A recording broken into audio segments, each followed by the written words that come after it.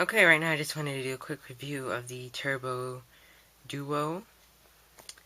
The Turbo Duo was released by NEC in, I believe, 93.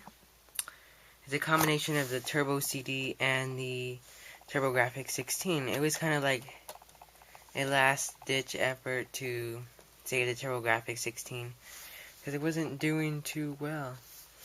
Now, this is pretty cool. It came with a lot of software, but it was pretty expensive, and it didn't have very much marketing, and it came out about the same time as the Sega CD, so basically it was crushed by the Sega CD. Now right here, got a nice little window.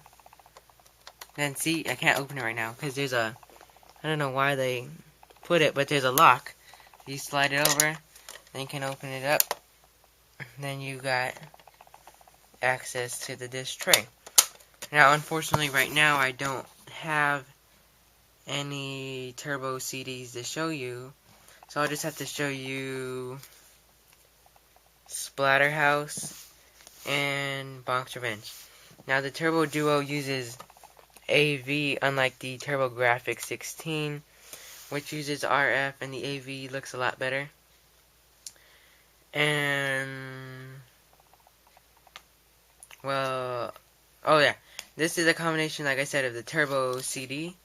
The Turbo CD was released a few years earlier and looks a lot uglier than this. Now, unfortunately, right here I don't have the cover because these were able, the covers were able to come off, but it's lost. I don't know. It's lost in eternity. Okay. Now, the Turbo CD needed like system cards, which look like regular TurboGrafx 16 games, but had the BIOS and extra like memory for the games. And System 2.0 was the first one released in the US.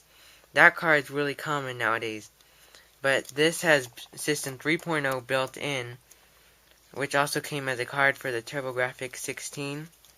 Now that card, the PC Engine version isn't as expensive, but the US version is extremely expensive. That's probably part of the reason why these units are extremely expensive. I got this one for a pretty good deal. It's a little bit beat up, but it runs perfectly and everything, so that's all good.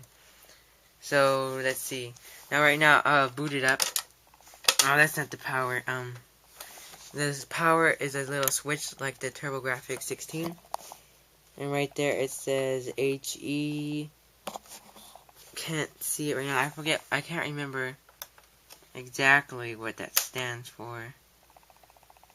And see, right here you have your Super System menu, version 3.0. Now usually you'd put in your game, press the run button, and it would usually load up, but since I don't have a game in, it's not going to work. Oh yeah, and that reminds me, another thing different is this does not use the same plug as the TurboGrafx 16. This uses, I think it's the same one, I believe, as the PC Engine, but there is adapters to use the TurboGrafx 16 controllers on this. Okay. Wait a sec. Okay. Now let's see. I'll start up Bonk's Adventure for a minute.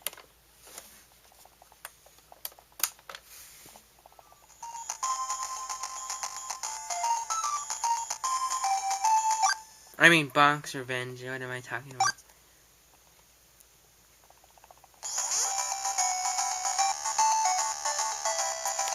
Now I'm just going hard to play this with one hand.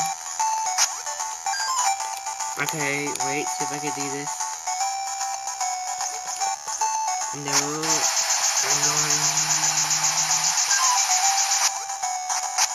Made it.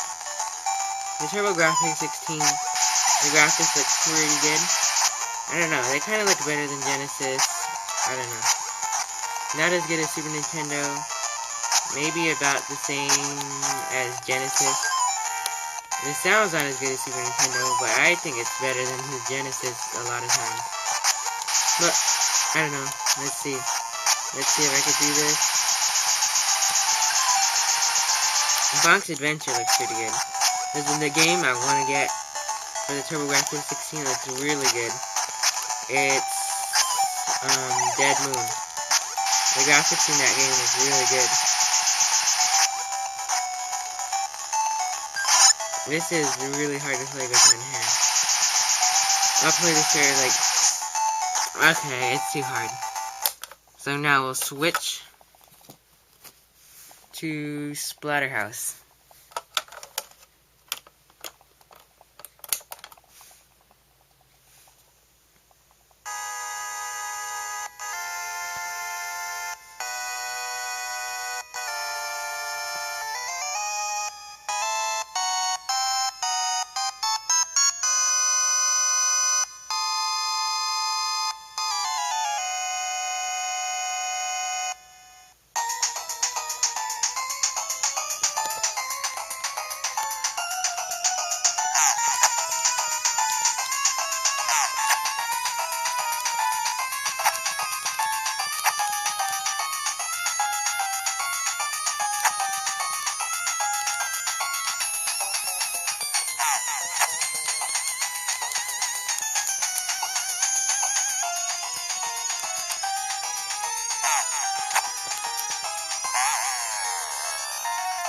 And I died.